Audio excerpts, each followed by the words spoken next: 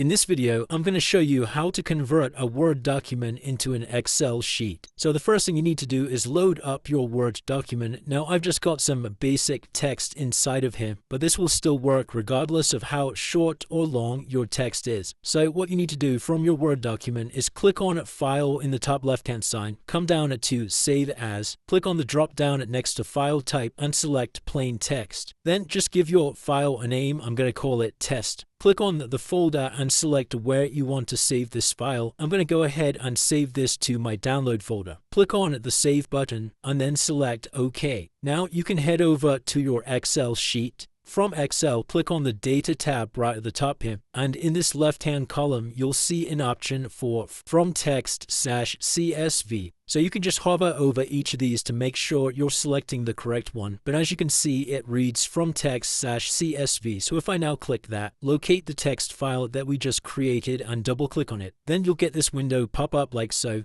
Just go ahead and select Load. And just like that, we've now imported our data from Microsoft Word over to our Excel document. If you did find this video helpful, then please consider dropping a like and subscribe.